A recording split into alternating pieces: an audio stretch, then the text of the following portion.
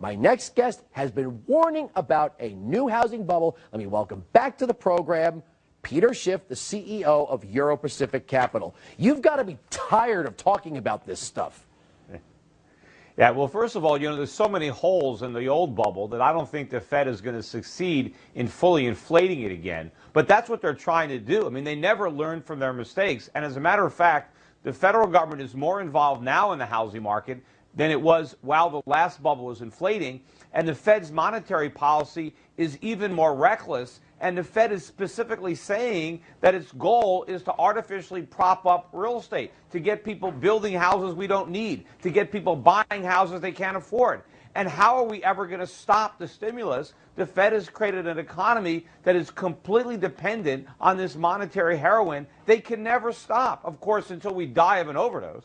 I think the last time you were on, we were talking about, QE3 or QE4 and $40 billion a month. Now we're at $85 billion a month. Yeah. So $40 billion bad, doubling down and then some.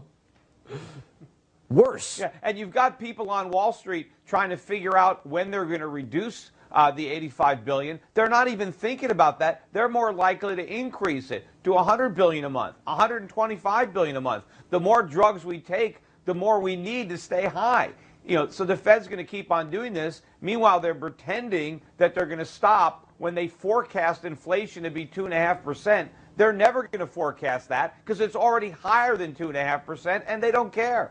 Whatever happened to that whole thing of doing this until the unemployment rate drops below 7% to 6.5, when we're basically at a permanent floor of 7 with no way of reducing the unemployment rate? So that old number of we're gonna do this till the unemployment rate is satisfactory, that kind of went out the window.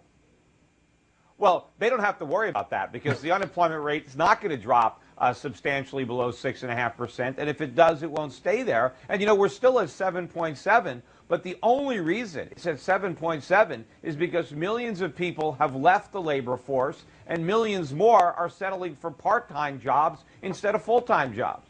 So what do you think in the future? You think we're going to see an interest rate increase? Eventually, we're going to see an interest rate spike. But before that, I think we're going to see a dollar collapse. All right, Peter, thank you so much for stopping by. Coming up.